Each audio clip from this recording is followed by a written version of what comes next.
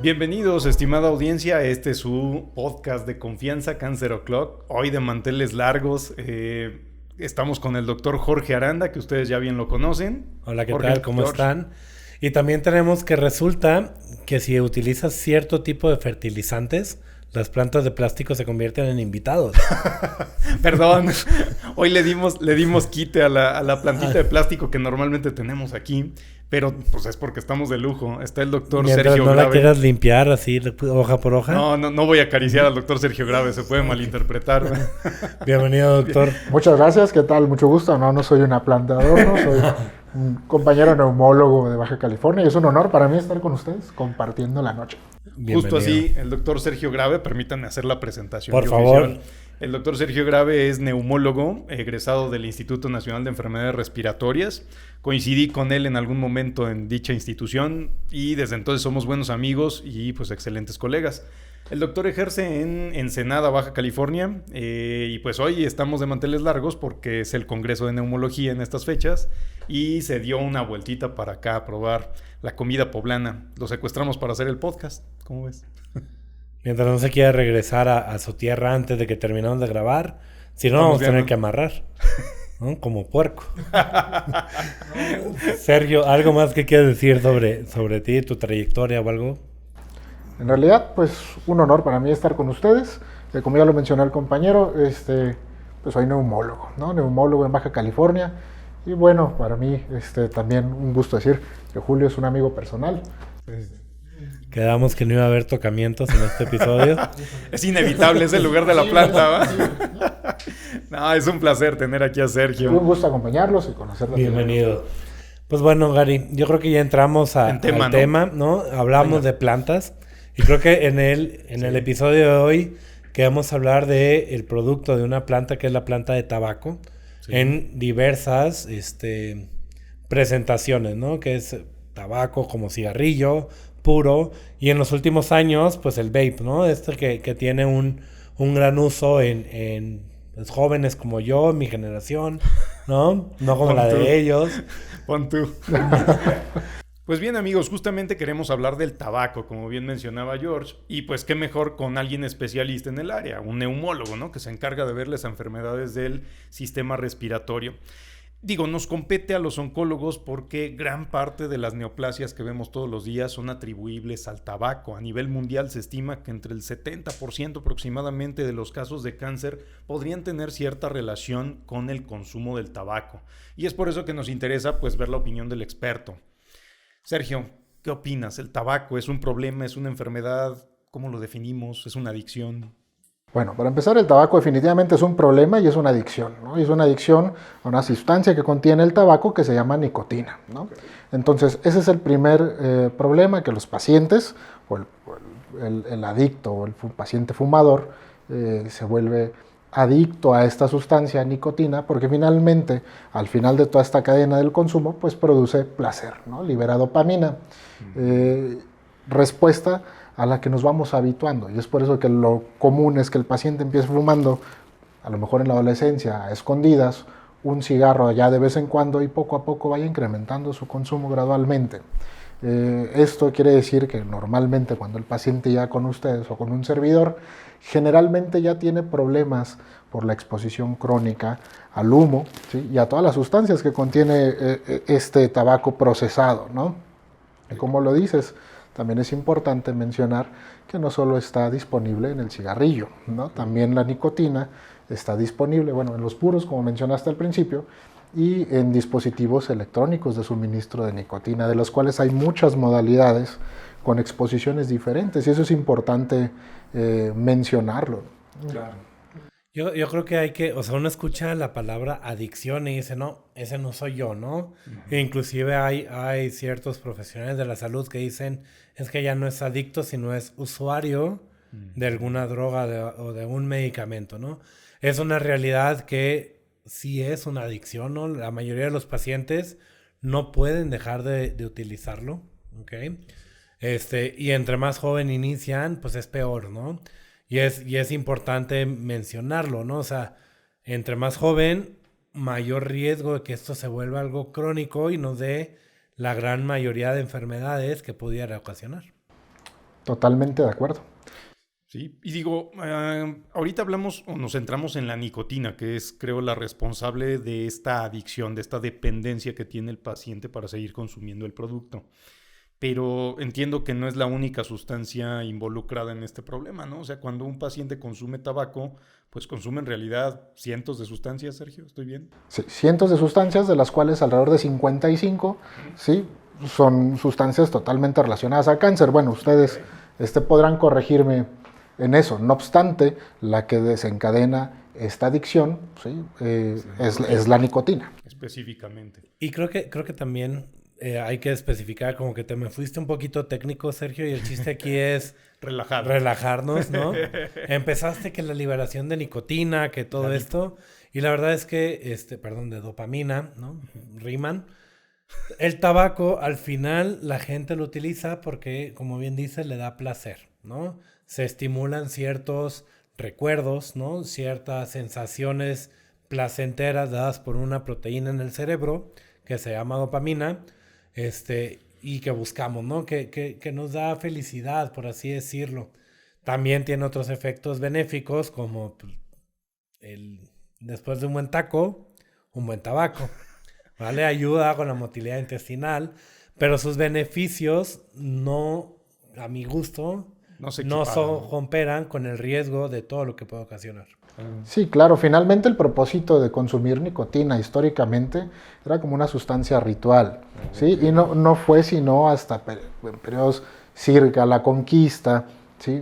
Se utilizaba con fines rituales en Sudamérica, y no fue que durante ese periodo alrededor de la conquista, ¿sí? Con la llegada de los españoles, se descubrieron estos efectos. Oye, produce placer, me relaja, es como vamos a llamarlo como una droga social, muy similar al alcohol, y entonces se lleva a Europa, donde se vuelve una sustancia de un consumo social, ¿no? En tabernas, mientras nos aventamos el cotorreo, pues ahí, oye, fumamos el tabaco en pipa.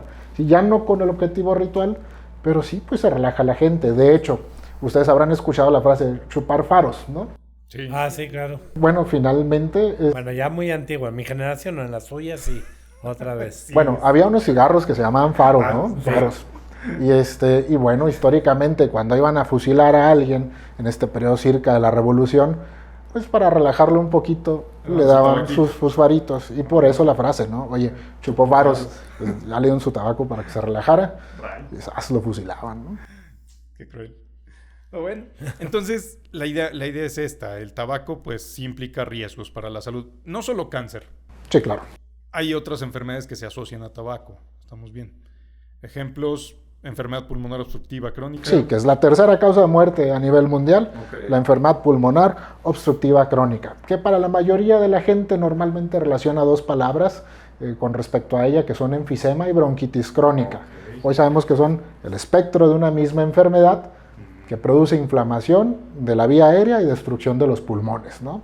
Cuyos síntomas eventuales son la tos, que los pacientes llaman tos de fumador, ¿sí? Entonces, estos pacientes acuden generalmente en el contexto de tos crónica, falta de aire con el ejercicio, que antes no sucedía, y son síntomas que van, ¿sí?, sucediendo a lo largo de los años. Por eso no muchas veces son muy perceptibles, ¿no? Claro. Y bueno, finalmente está siempre relacionado el antecedente de la exposición y el consumo de tabaco, ¿no? Donde pues el riesgo es a mayor cantidad, mayor exposición, pues mayor probabilidad de que tenga esto. Y para eso utilizamos nosotros como médicos siempre preguntamos en qué año o a qué edad empezó a fumar, si sigue fumando o a qué edad lo dejó, ¿no? Y siempre calculamos, porque un índice, ¿no? O sea, qué tanto es tantito, los cigarrillos al día por el número de años. Y pues antes las cajetillas eran de 20, pero ahora para cobrar más te las dan de 14. Pero lo dividimos entre 20 por ese motivo. Y de ahí sacamos el índice tabáquico, que a mayor índice, mayor riesgo de padecer estas enfermedades. Así es. ¿No? Ok. Oigan, y a mí me surgen otro par de dudas, y es... Luego el paciente o los amigos, incluso más que en el consultorio, esto suele surgir en el ámbito social de, no, yo lo dejo cuando quiera y si ya no fumo, ya le voy librando, ¿no? A mí me suena como poco creíble y por lo que he leído creo que no es así. muchos pacientes incluso se consideran que ya no fuman después de 2 meses de haberlo dejado o 2 semanas. ¿Qué opinas al respecto, Sergio?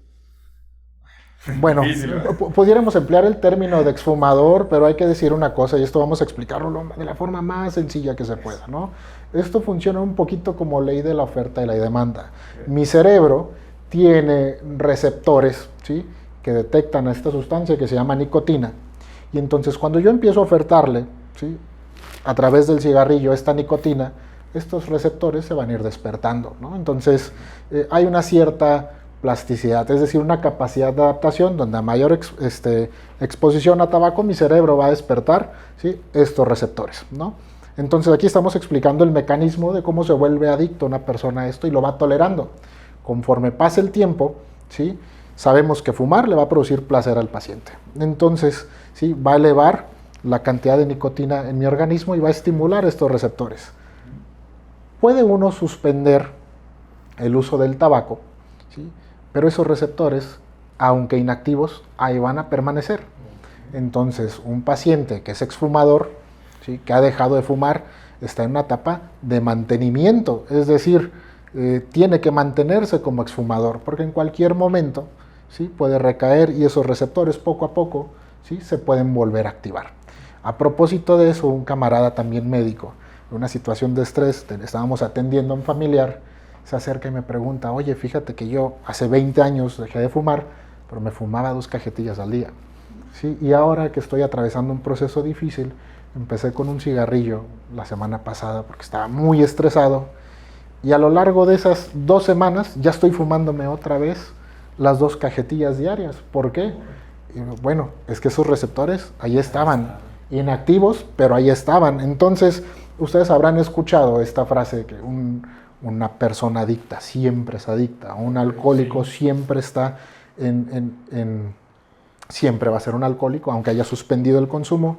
Es difícil decirlo, es difícil tocar estos temas porque son un poquito álgidos, claro, y son sustancias socialmente aceptables, pero yo creo, si se trata de opinión, que lo correcto es considerar al paciente fumador como que siempre ha sido fumador, ¿no? Aunque por supuesto se puede considerar transcurrido cierto tiempo como exfumador y que se mantiene en una etapa, válgase la redundancia, de mantenimiento. Y de hecho es una buena práctica el felicitarlo, ¿no? El motivar al paciente para que se mantenga, ¿sí?, en esa condición. Sin fumar. Así es. Yo creo que, perdón, mi mente está dando vueltas porque sí tienes razón, ¿no? O sea, uno dice, sí, lo dejó de fumar, y la verdad es que la mayoría de los pacientes no lo pueden hacer solos. Necesitan ayuda, el apoyo familiar, en algunos casos el apoyo psicológico. Hay cada vez más clínicas en México para dejarlos, ¿no? O sea, para apoyar a los fumadores que dejen de fumar. Por otro lado, me gustaría abrir un poquito el tema decimos que el fumador, ya dijimos que es adicto en cuanto más fuma, pero sabemos que hay ciertas características del fumador que te hablan de un impacto mayor o una adicción mayor, ¿no? Llámese aquel paciente que prende el cigarrillo antes de las 8 de la mañana, ¿no? Que se levanta y ya en cuanto despierta, antes de ir al baño, ya está con el cigarro. O el que prende un cigarro con otro cigarro, ¿no? Y eso también es importante mencionar. Claro, es importante, sobre todo dentro de la consulta con los neumólogos, cuando abordamos el tema del tabaquismo, medimos precisamente ciertas escalas que son de dependencia, ¿no? Y hay dependencia física y dependencia gestual. Y estimamos también qué tan dependiente es este paciente a través de preguntas muy simples. ¿Cuánto tiempo transcurre entre que usted se levanta y se fuma su primer cigarrillo? ¿Le cuesta trabajo no fumar si está en una zona donde no se permite fumar? ¿Sí? Y hay una pregunta que me llama mucho la atención dentro de estas escalas, que es ¿a cuál cigarrillo le cuesta más trabajo renunciar? ¿Al primero de la mañana o al resto? Y cuando hacemos ese ejercicio de interrogar al paciente, el que tiene una alta dependencia, ¿sí?, generalmente se fuma su cigarrillo dentro de los primeros 5 minutos de despertar y no puede rechazar el cigarrillo de la mañana, ¿no? Entonces, algunos pacientes se han referido a ello como es que me cuesta trabajo porque siento que es dejar a un amigo, ¿no? Me acompaña en mi rutina y hacen su rutina con base en su consumo de cigarrillos, ¿no? No, y es importante eso. Yo me acordé de una paciente, ya tiene un par de años, que tenía cáncer de pulmón.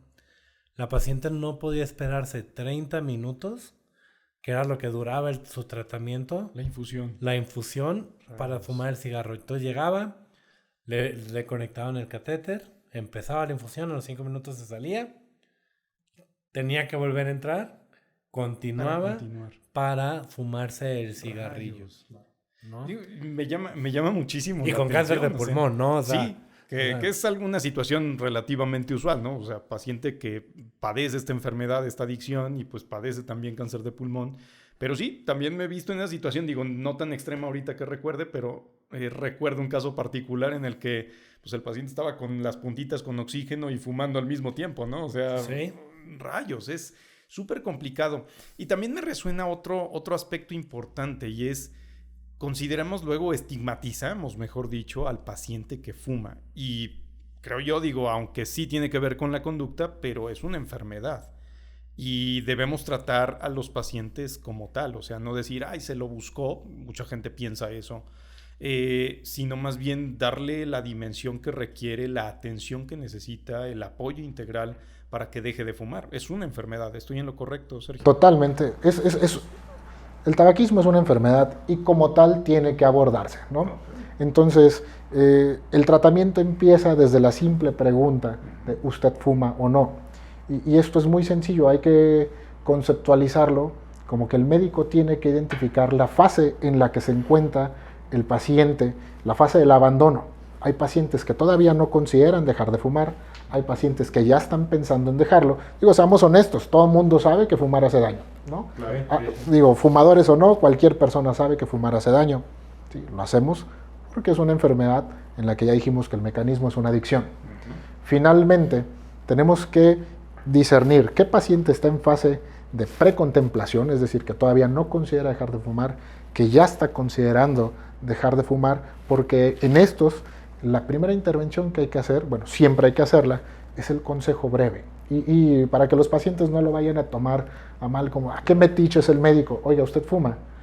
Sí, sí fumo. Mire, yo le aconsejo, y lo tendemos a poner en el contexto del paciente, que estos síntomas respiratorios son totalmente relacionados al tabaco. Los riesgos, la mortalidad, todo lo que se viene está directamente relacionado al tabaco. Lo mejor que puede hacer es dejar de fumar. Y si usted quiere, yo le puedo ayudar, ¿no? Con esa intervención se ha visto que el impacto a largo plazo es que estamos sembrando una idea, ¿no? Estamos tratando de condicionar al paciente a que él considere, ¿sí?, eventualmente dejar de fumar. Y eventualmente así va a ser, ¿no? Desafortunadamente a veces es en el contexto de una salud que se deteriora, y es en ese momento cuando abordamos al paciente, cuando el paciente decide dejar de fumar. Y esto es muy importante porque es un trabajo en equipo, no solo es el médico prescribiendo un tratamiento, eso no sirve. Si tengo que decirlo, la condición para que yo inicie un tratamiento a mis pacientes para dejar de fumar es que ellos establezcan lo que en la literatura se menciona como un día D. El día D, que hace alusión a algo así como al desembarco de Normandía, ¿sí?, es el día en el que el paciente te dice, a partir de este día ya no voy a fumar. Y entonces, ¿sí?, uno empieza con el tratamiento farmacológico unos cuantos días antes para que no sea tan difícil esa abstinencia que va a tener el paciente, ¿no? A lo que voy, lo más importante entonces es la motivación del paciente. Y eso es lo que estamos buscando, ¿no? Muchos pacientes llegan en el contexto de que se les ha diagnosticado una enfermedad o asustados y te dicen, quiero dejar de fumar ahorita ya, si pudiera ya. Y eso no funciona así. Tenemos que valorar la motivación porque esto depende mucho del paciente y de su fuerza de voluntad, ¿no? También influyen esos que en inglés les llaman smoking cues, que es que tú vayas a algún lugar donde hay muchos fumadores, en nada te va a ayudar. Tienes que cambiar un hábito, cambiar un estilo de vida. De quién te rodeas, ¿no? Así es. Y creo que ahí en quién te rodea vale la pena mencionar, si usted o alguien en su familia fuma, esa persona fumadora lastima a los que están alrededor, ¿no? No solo él, o sea, el que fuma es el que se daña, sino están todas las enfermedades bien caracterizadas del fumador pasivo, ¿no? O sea, mi abuela, que en paz descanse, mi abuelo fumaba, era de esos, personas que fumaban como chimenea, ¿no? Y hasta mandaba al niño de 7 años a comprar cigarros, por favor. Si tienen una tiendita, no le vendan a menores, ¿no? Ni a mí me vendían, ¿no? Pero, ¿A ti te venden? ¿A ti te venden? Porque eres menor, tiempos, ¿no? Era menor, sí. Ya eres menor, ya. Ya no me conviene. No, a lo que voy es, mi abuela tuvo daño pulmonar, tuvo una enfermedad pulmonar obstructiva crónica, con bronquitis y enfisema, y ella nunca fumó, ¿no? Fumó a su esposo. Atribuible a la segunda mano, ¿no? Tabaquismo el tabaco de segunda mano. Entonces, es importante saber eso. No solo te dañas a ti, sino dañas a las personas con las que convives. Claro. Me llamó mucho la atención, Sergio, como para ir cerrando, el cómo lo expresaste desde el inicio. Cuando ves al paciente que quiere dejar de fumar, o que detectas, mejor dicho, que está fumando, y decirle, si usted quiere, creo que eso lo marca todo, le puedo ayudar a que deje de fumar. Creo que eso plantea de manera muy adecuada el que dependemos mucho de la voluntad del paciente, que ya lo esté considerando y que quiera hacerlo. Si no quiere, pues está mucho más difícil, ¿no? Sí, creo que ese es un reto al que se tiene que someter el paciente, porque implica compromiso. Claro. Muchas veces decimos, el lunes empiezo la dieta, ¿no? O ya voy a dejar de fumar. Sí, ¿cuándo? ¿No? Y a propósito de eso, justo la semana pasada, antes de venir para acá, por supuesto, atendí a un paciente que acudía a consulta para dejar de fumar. Le dije, bueno, usted dígame cuándo, ¿no? Establezcamos un día. Pues lo voy a pensar. Se fue y no ha llegado a la propuesta. Exacto. Establecer ese compromiso es difícil porque ya es plantarse una realidad y decir, a ver, ¿de verdad quiero dejar de fumar? O sea, ya conozco los riesgos, eso está de sobra mencionarlo, pero ¿de verdad estoy dispuesto a hacerlo?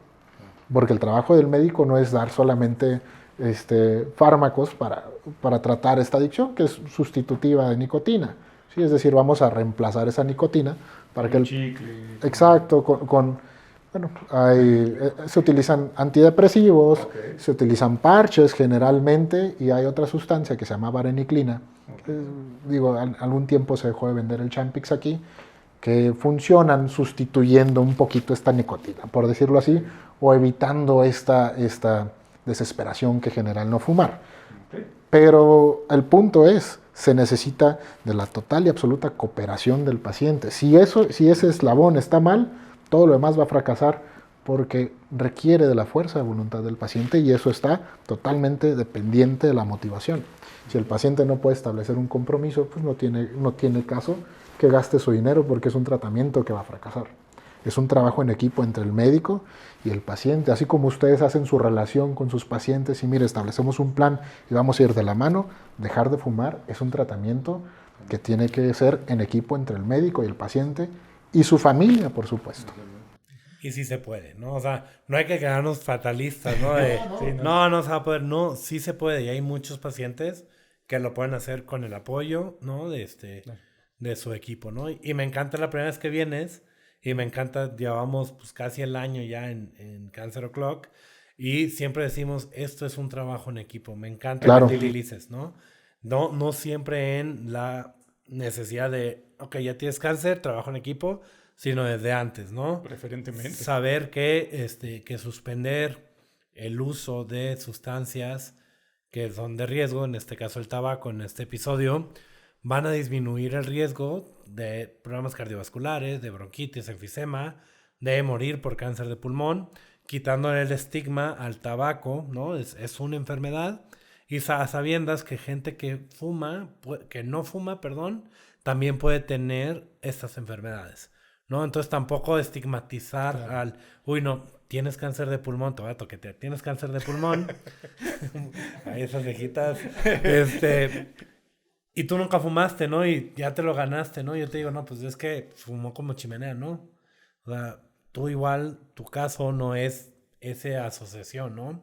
Entonces quitemos esos estigmas tanto al que fuma como al que tiene una enfermedad que puede ser ocasionada por tabaco, porque en algunas ocasiones no es así. Sí, creo que es muy apropiado, ahorita se me viene a la cabeza esta frase de no hay enfermedades, hay enfermos. Entonces, cada paciente se va a comportar de manera diferente. Y eso en parte responde también la pregunta, porque luego mucha gente a manera de justificación dice, oye, pero es que fulano de tal fumó toda su vida y nunca le pasó absolutamente nada. Porque a mí, bueno, pues no hay enfermedades, hay enfermos, ¿no? Y nuestro trabajo, en mi caso como neumólogo, es prevenir, tratar, y no es que no quiera que no tengan trabajo, ¿no? Pero exactamente, ¿no? Es tratar de prevenir, ¿no? Y para esto se requiere una interacción. Digo, yo creo que es más de nuevas generaciones la interacción interdisciplinaria y sobre todo hacer partícipe al paciente en la toma de decisiones y trabajar en equipo. Estamos para apoyarlo, ¿no? Estamos para apoyar al paciente y por supuesto, querer es poder, ¿no? Si la persona verdaderamente desea dejar de fumar y está consciente, pues búsquennos, para eso estamos, para apoyarlos, para asesorarlos. Claro. Aún así, todavía sienten que no es el momento, se vale, pero considérenlo, ¿no? Sepan los riesgos, para eso se hacen estos podcasts, para saber cuáles son los riesgos, ¿sí? Y prevenir. En algún momento te sentirás listo y es muy válido. Mientras tanto, estamos para asesorarte, punto. Me gustó eso. Me parece muy bien. Fíjate que le iba a decir que como nos gusta cerrar los episodios es que nos den 1 o 2 puntos, ¿no? De como a conclusión.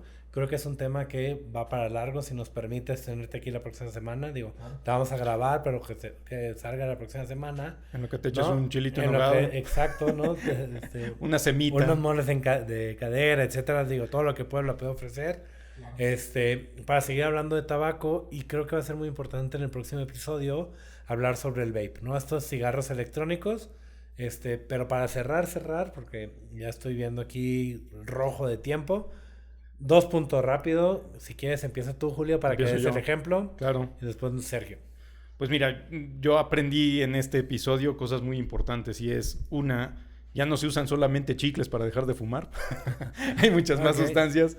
No, ya en serio me parece muy importante esta situación, el recalcar que se requiere la voluntad del paciente, el apoyo de la familia, el apoyo de una clínica especializada para dejar de fumar, que incluye al neumólogo, me imagino incluye al psicólogo, incluye especialistas en adicciones, para tratar de limitar los efectos de esta adicción y poderla dejar. Esa es una. Y 2, creo que refuerza mi idea de que pues si ya tuviste esta adicción, te puedes mantener en riesgo el resto de la vida. Y no solo en riesgo de volver a caer en la adicción, sino en el riesgo biológico de padecer esta enfermedad. Es decir, de que el tabaco, aunque lo dejes, pues persiste con cierta latencia, persiste el riesgo durante tiempo más adelante. Y creo que es importante considerarlo. De preferencia, no fumar, nunca hacerlo. Si ya lo haces, pues tratar de dejarlo. Y busca a alguien que te apoye, ¿no? Tú, George. Bueno, para que le des más chance. Sí. Ok, sigue pensando, ¿no? Sí. A mí me encantó que sigamos utilizando el trabajo en equipo. Esto es de ti para mí, de mí para ti, todos juntos. Hay que jalar parejo, ¿no? No es algo que el médico, o sea, no recae en la responsabilidad del médico. Y creo que eso también, si ustedes son médicos los que nos escuchan, ustedes van a recomendar, van a tratar de acompañar, pero hasta cierto punto, ¿no? Y hay que, igual en algún momento, dedicar un tema al cuidado personal del médico, porque a veces se nos olvida, ¿no? Esas guardia de 36 horas, etcétera. Pero bueno, eso es una, ¿no? Trabajar en equipo, el paciente siempre a la cabeza. Y número 2, creo que vale la pena quitarle el estigma al tabaco. Yo creo que si le quitamos ese estigma es bueno, es malo. Si le quitamos esa motivación social de si fumas eres cool, ¿no? Me gusta terminar esa palabra con otras 3 letras, 0. La verdad es que no, ¿ok? No vale la pena. Fumar no es de estatus social, no hay que quitarle el que fuma en la adolescencia tiene un estatus social más importante que el que no fuma, eso no debe existir. Sí. Tenemos que quitarle ese estigma de si te dio una de estas enfermedades es porque tú te la causaste al fumar, ¿no? Y por otro lado, el estigma de soy fumador, huelo feo, voy a dañar a los demás, también hay que quitarlo, ¿no? Hay que quitar todo ese misticismo alrededor del tabaco. Y ahora sí, Sergio. Para cerrar con broche de oro. Cierra, por favor. Muy bien, lo primero que hay que decir es que el tabaquismo es una enfermedad, ¿sí? Y por lo tanto, tal y como mencionaban, pues no tenemos por qué emitir ningún juicio hacia con el paciente que fuma. Simple y sencillamente, este paciente pues requiere un tratamiento, ¿no? Un tratamiento que depende un poquito de la cooperación del paciente y de su fuerza de voluntad, ¿sale? Entonces, lo segundo que hay que decir es que hay múltiples opciones de tratamiento. Las estrategias van desde algo tan sencillo como terapia cognitivo-conductual, y estos son grupos de apoyo que se hacen en ciertas clínicas de tabaquismo, y eso es bien importante, rodearse de gente con la misma motivación que uno, como múltiples tratamientos farmacológicos, así como la terapia de reducir hasta dejar. Si el paciente dice, le voy a ir bajando poco a poquito, se vale. El chiste es dejar de fumar, ¿no? Es importante hacerse acompañar y asesorar por alguien que sepamos, ¿sí? Y que estemos apoyando y vigilando cualquier complicación que pudiera haber en el camino, ¿no? Entonces, dejar de fumar es totalmente posible, ¿sí? Y bueno, depende mucho de la voluntad del paciente y de la asesoría del clínico. Perfecto. Muy bien, muchas gracias, Sergio. No, un placer. Pues te voy a quitar las palabras de despedida, Gary. Por favor, adelante. Muchas gracias por acompañarnos en este episodio de Cancer O'Clock. Espero que hayan aprendido, al igual que nosotros, sobre el tabaquismo. Y no solo el tabaquismo y el cáncer, ¿no? Que nos desviamos, ¿no? Íbamos a hablar de tabaquismo y cáncer y terminamos hablando de tabaquismo. Es algo totalmente comprensible. Si tienen dudas o comentarios, acuérdense, abajo están las ligas. Pueden dejar su comentario. Cualquier pregunta se le haremos llegar al doctor Sergio. No sé, Sergio, si quieres aprovechar y decir tus redes sociales para si alguien te quiere seguir. O si prefieres, O si simplemente prefieres, nos pasas después... y las dejamos aquí. Sí, les proporciono mis redes sociales. La verdad es que no manejo mucho redes sociales. Soy un poquito más clínico underground, ¿no? Perfecto. O sea, es de esas ahora sí me convienen, de esas generaciones antiguas. Así Que es. tengan muy buen día. Nos vemos en la próxima semana. Hasta luego.